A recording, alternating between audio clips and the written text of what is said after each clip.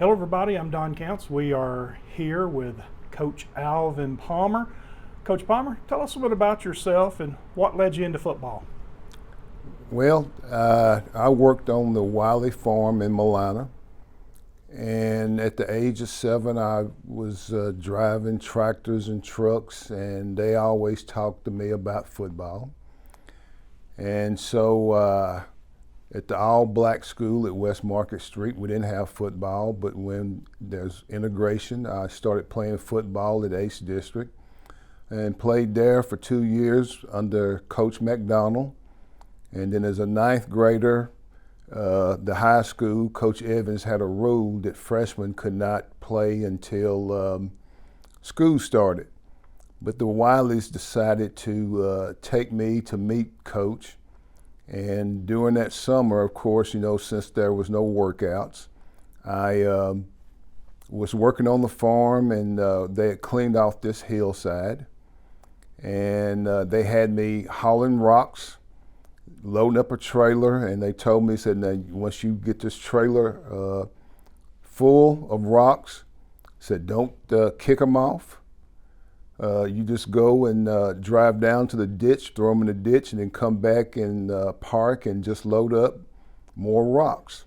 And so at the age, I was at that time 12 years old, and I was 6'1", and had beefed up to 235. And when I went in and met Coach Evans and the rest of the coaches, they asked me how tall. I told them 6'1", weight 235. And they said, you go get your stuff right now. And so I got my uniform, and I was practicing the next day. And that's how I started playing football, and played for Coach there, and then got a scholarship to Middle Tennessee and played there for 4 years. Now, as far as getting into coaching, I would say that I really started coaching when I was there at MTSU. I couldn't wait. Anytime we had time to come home or go home, I would always get there. I wouldn't even have time to take clothes out of my car. I was rounding up kids in the neighborhood, and we either go to my backyard or to West Market Street School, where the fire station is, where there was a big field there. And we would take kids, my brother and I would take kids there, and we'd teach them football. And just so happened, one of the kids that I taught there, that we coached there, I'd say, happened to be, he ended up being an NFL player by the name of Anthony Shelton. And so after graduation there at Middle Tennessee, my mother had talked to me about teaching and coaching. And says, well, son, I don't think players will listen to you here. I think you need to go somewhere else. And right after I was helping Coach Raby with my student teaching there at Fayetteville City Junior High, Coach Edgens called and asked me about, why do you not have an application here at Lincoln County? I said, well, Coach, I didn't think I was going to get hired here in my hometown. So he encouraged me to get an application in. I did, and I was hired, and that's how my career started, and thanks to Coach Steve Edgen. He was a good one. He was a good one. He was a good one. Let's talk about your early coaching career and some of your big seasons. Okay, early coaching career started at the old high school at Fayetteville High School, Fayetteville Central High School. And then, of course, Lincoln County High School opened up, and I was an assistant under Coach Meadows, and then an assistant under Coach Thompson. And then from there, after 2 years with Coach Thompson, I went to Franklin High School. And I was in Williamson County for 13 years. And I was at Franklin High School and Page. And then after retiring from Tennessee, I went to Hazel Green, Alabama for 3 years, came back to Lincoln County for 1, and then started a new football program, high school program at Fayetteville High School in 2011. Let's talk about the first time you met Coach Meadows. Coach Meadows was a man that you would never forget. And Coach Billy Jack and I, we talk about how much we still miss him now, because the old man knew his football, and I know that a lot of people were concerned about me being the defensive coordinator. And I know some things that they said. They were concerned about my skin color, and there were some racial slurs that were made. And Coach Meadows told me everything, so I know everything. And to prove it, I even had Coach Billy Jack, before Coach Meadows passed away. We went down and to visit him, and I wanted Billy Jack to hear exactly what Coach Meadows had to say. And he said, well, Coach, that wasn't the first time. There was several times that racial slurs were toward me because of my skin color, which I didn't care. I was there to do a job and to love every student, football, basketball, student in my classroom, so I didn't worry about that. No, those were some good times, especially you were going through a lot of transitions during the beginnings of Lincoln County High School. That is correct. And football was one thing that really helped Lincoln County. I know that a lot of people were concerned, but the 1982 championship team changed that. It separated, I would say, it separated the problems from everybody, because you go back and you think all those communities, in which they had great teams, but Lincoln County now represented the entire county. And after winning that state championship, it mended everybody together because now they were one. And to prove that, if people would go back and think, after the state championship game, all the people that celebrated in the gym that day, they were not Bobcats, they were not Bulldogs, they were not Golden Eagles and whatever else that we had in this county, but they were all Falcons in that gym together. They were one. And that team represented the entire county. And also, in my opinion, that game also recruited so many young kids that was watching that game that became future Falcons, that made the program as great as it was. And that team, in my opinion, since they started the Hall of Fame, if they go back and really watch that video, and you can watch it online, if you watch that game again, every last one of those young men should be in the Hall of Fame, especially the defense. But every last one of them should be. But you just got to realize that that team started something. They probably didn't have the best talent, but they had the heart. And they wanted to prove something to everyone in this state and to the fans there at home what they were made out of. What a lot of people don't know is that those young men got together before the playoffs with no coaches allowed, and they got together and they said, no girlfriends until it's over. A lot of people don't know that, but that's exactly what they done. That's something that they did. They wanted to prove, because they they were overlooked by everyone. And I was talking to Coach Billy Jack today. Even when we got to the stadium, we were classified as the home team, but we had to dress in the visitors' dressing room. And there are so many things that people don't know about that team. For an example, all that adversity they had to go through. Our starting quarterback got kicked off the team. Our starting fullback that year, he had quit. We had an outstanding running back that his parents got a divorce, and so they moved to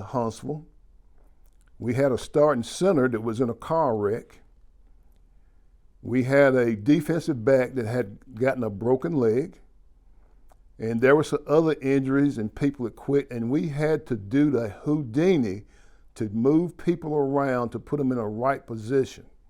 And they listened, and we won. And so I am so proud of those young men, and I want those young men to know that about 5 or 6 times a year, I watch that video that's online because they did an amazing job, an amazing job. Let's talk about one thing that the video that you see does not show the last play. Can you, in your mind, tell people about the last play that we don't currently have a video of? Well, the reason is the people that filmed for us didn't bring enough film. It was a real film. Because it went into overtime. Because it went into overtime. And so the only thing you're going to see is Gallatin that's kicking a field goal, and then the film ends. But it took us 8 years. We finally got a video 8 years after doing the 90 season. A station from Huntsville brought us a video, and we got to see Tim score the last touchdown that we hadn't seen in 8 years. And the reason I didn't see it that night was because I walked down to Coach Meadows, and he sent in the play. And when he sent in the play, I turned my back to him. I threw up my hands, touchdown, because I knew it was going to be a touchdown. And so as I was walking away, I heard the crowd roar. And I saw the official with his hands up, and I knew game over. But Coach Meadows was a man that he was ahead of his time. And I got some notes here that I'm going to talk about the state championship game, but I need to talk about how the season started. Coach Meadows did not care about scrimmages. He could care less. He wanted to have those 3 plays that he ran, knock, wham, and trap. Then every now and then he would throw in a sweep just to make you feel good. But he wanted to work on those plays. And he didn't care about winning the scrimmage. And it used to make coaches so mad that we just run those plays. And there was one scrimmage that the coach stopped the scrimmage, and he started cussing Coach out about, why are you running just three plays? And Coach didn't cuss. He just said, Coach, you hadn't stopped those plays yet. And so that was it. And but he came to me.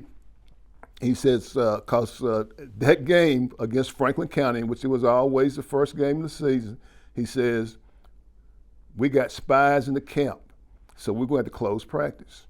So we had practice closed, and we put in a defense that Franklin County had never seen before, because they had been working all summer and all fall before the game on what defense they thought we would be in.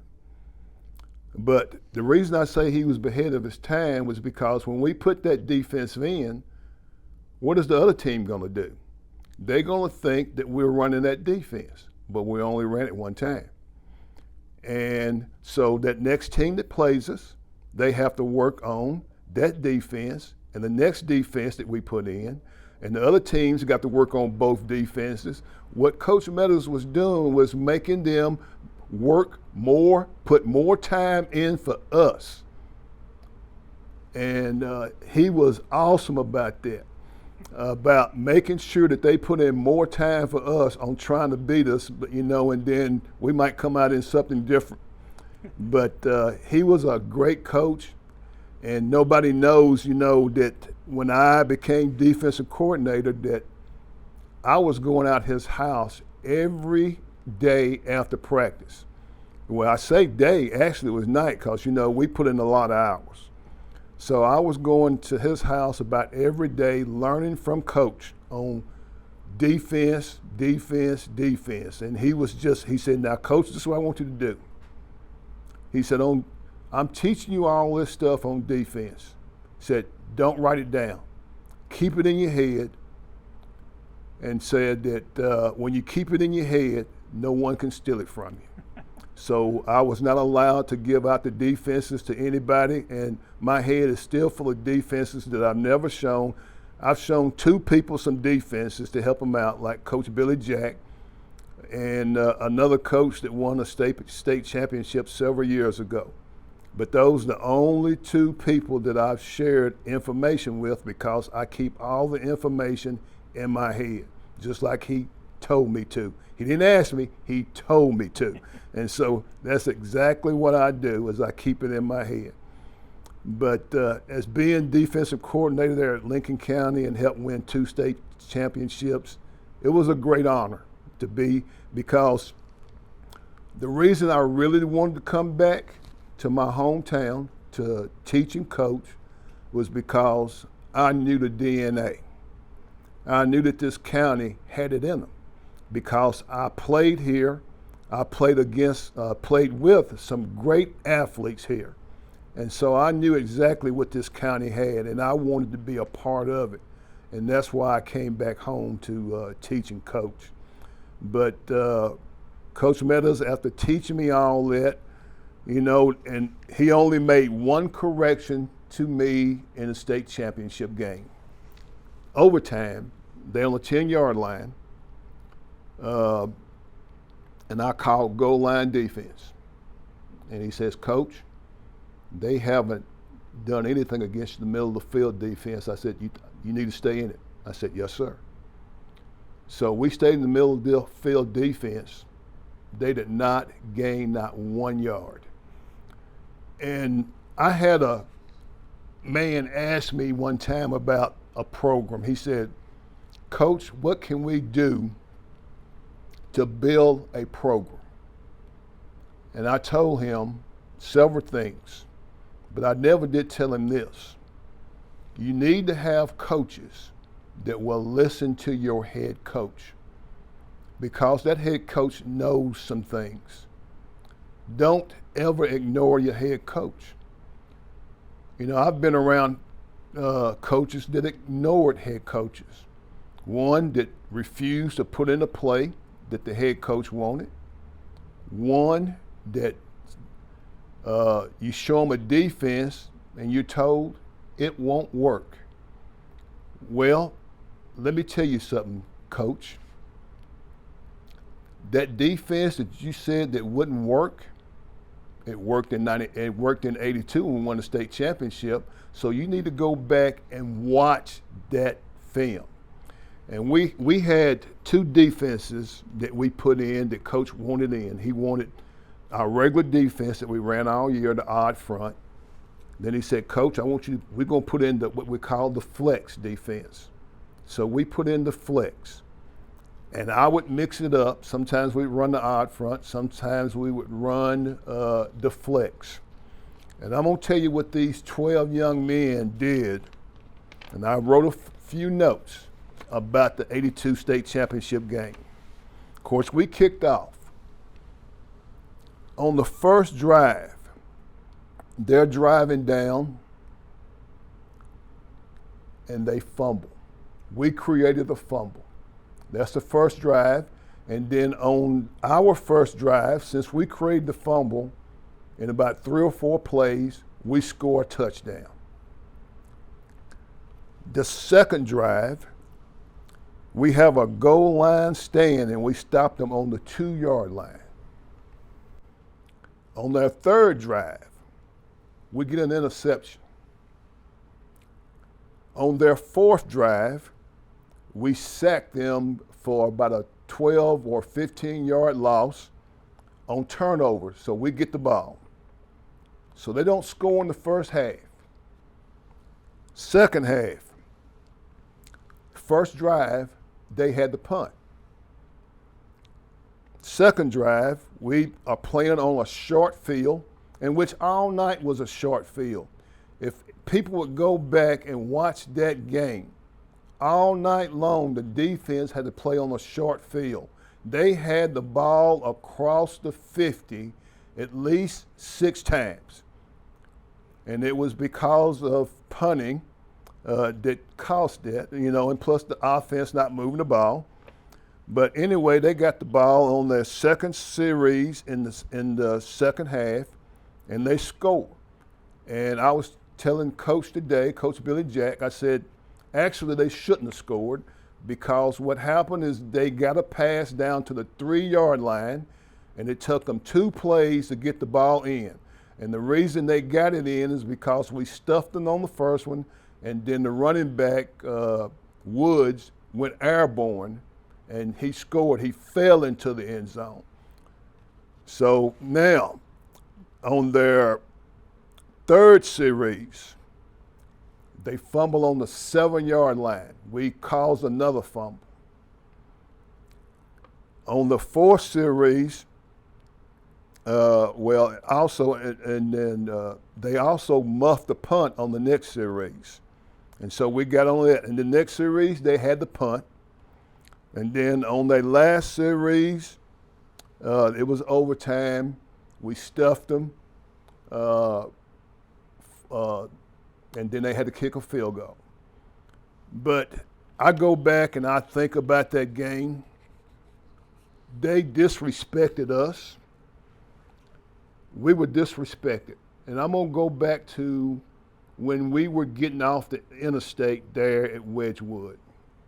There was a song that came up, and one of the players in the back said, "You all need to listen to this." So the bus driver turned it up, found out what station it was, and there was a song, a rap song that says Lincoln County. We can't find it on the map. Nobody said a word. We listened to that song. Nobody said a word. So we get to the stadium, everybody unpacks, and we go to our visitors' dressing room, in which we're the home team, and they walk on the field, come back, and they start getting dressed. And then Coach Meadows said, "There's nothing to say. They're ready." So they get dressed, and then Coach Edgins goes over all the kicking teams. There's no pregame speech. Nobody says a word. There's nothing to say. You're in the state championship. And if you got a lot to say, and if you're not ready, that's a problem. So they were ready, and they went out there and played one heck of a first half. And we was winning 7-0. Then the second half was halftime. We go in at halftime. Coach Meadows says, "We have nothing to say. They are playing their hearts out." So we sit in there quietly, don't say a word. The official comes in and tells us how much time we got left on the field to get back on the field. And then we pray, we go back outside, and we play another half and then overtime. And those kids represented Lincoln County well. And I'm not taking anything away from the 90 team, which I was a part of. The 93 team, I was not a part of because I had moved on. But the 90 and 93 team should have won because we had athletes. The 82 team, nobody expected them to win. And that's why every last one of those kids should be in the Hall of Fame, because nobody expected. They were just looked over so badly. And and then I was telling someone again today, those Falcons on that field did not lay eggs. They were not egg layers. As many times as Gallatin was down there on the goal line, if they really was, and after stuffing them so many times, why did they not kick field goals? If they had kicked field goals, they would have won. But that's not what they wanted. They thought that those Falcons at that field was going to finally break. But they didn't break. They did not break, not 1 second. And so those young men should be honored highly because they made Lincoln, they put Lincoln County on the map all day long in America. Absolutely. Talk about the when it was all over and the photograph. Well, when it was all over, and we took the picture on the field, and what happened, I was trying to find a spot that I could stand, and then Coach Meadows came to me and he said, Coach, you need to be in front holding this trophy up to help hold this trophy up because you're the reason. You're a big part of this on us winning.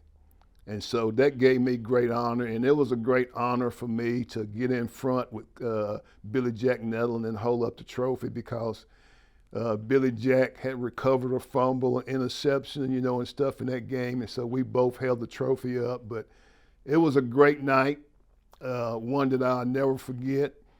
And I pulled the video up of the game today to show Billy Jack how you can get it on the internet. And we had a great time listening, especially when you start listening to it. Of course, there's no sound, but when it comes on, you're going to hear Tommy Holland and Jimmy Bills.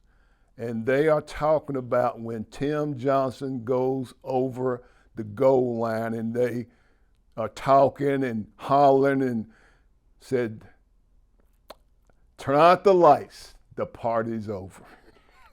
And so it just gives me chills just to think about that night and hear them, that night. But those young men, they will always have a big, big part in my heart. Every team.